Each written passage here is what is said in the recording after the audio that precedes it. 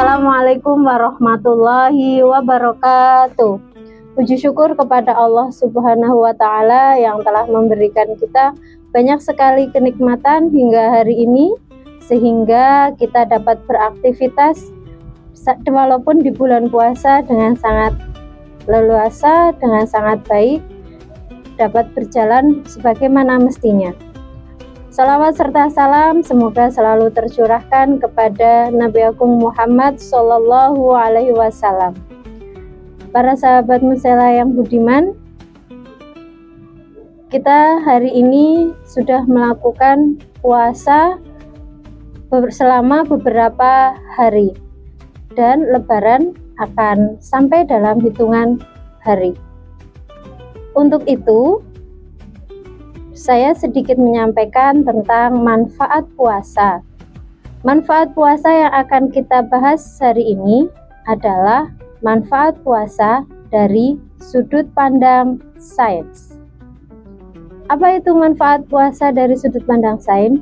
Pertama, puasa yang sedang kita jalani saat ini memiliki manfaat antara lain adalah untuk meningkatkan fungsi otak, di mana otak merupakan organ yang sangat penting sehingga dia dilindungi oleh tempurung kepala, tulang tempurung kepala. Kenapa puasa itu meningkatkan fungsi otak? Karena ketika puasa kita memproduksi sebuah protein yang berfungsi merangsang pertumbuhan sel saraf baru dan meningkatkan memori. Protein apakah itu? Yaitu protein brain derived neurotrophic factor. Protein ini produksinya meningkat ketika kita berpuasa, sehingga saat kita berpuasa fokus kita menjadi lebih tajam, lebih baik ketika kita mengerjakan sesuatu, lebih terorganisir, lebih fokus, karena memori di otak kita berfungsi dengan maksimal. Selain itu, saat kita puasa, kita juga memproduksi hormon endorfin yang memperbaiki suasana hati atau mood kita sehingga menjadi lebih baik, sehingga kita terhindar dari rasa stres. Terkait ini, protein brain derived neurotrophic factor merupakan sangat penting keberadaannya karena berpengaruh terhadap kapasitas memori otak kita untuk lebih tajam dalam mengingat sesuatu. Oleh karena itu, ketika ini berjalan dengan baik, protein ini bekerja dengan baik, maka kita terhindar dari penyakit Alzheimer. Apa itu penyakit Alzheimer? Itu adalah sebuah penyakit sel saraf atau penyakit otak di mana kita mempunyai kelemahan dalam mengingat sesuatu, bahkan sampai kehilangan memori di otak kita. Sahabat Musela, manfaat puasa yang kedua adalah untuk detoksifikasi tubuh kita. Kenapa puasa itu dapat mendetoksifikasi tubuh kita?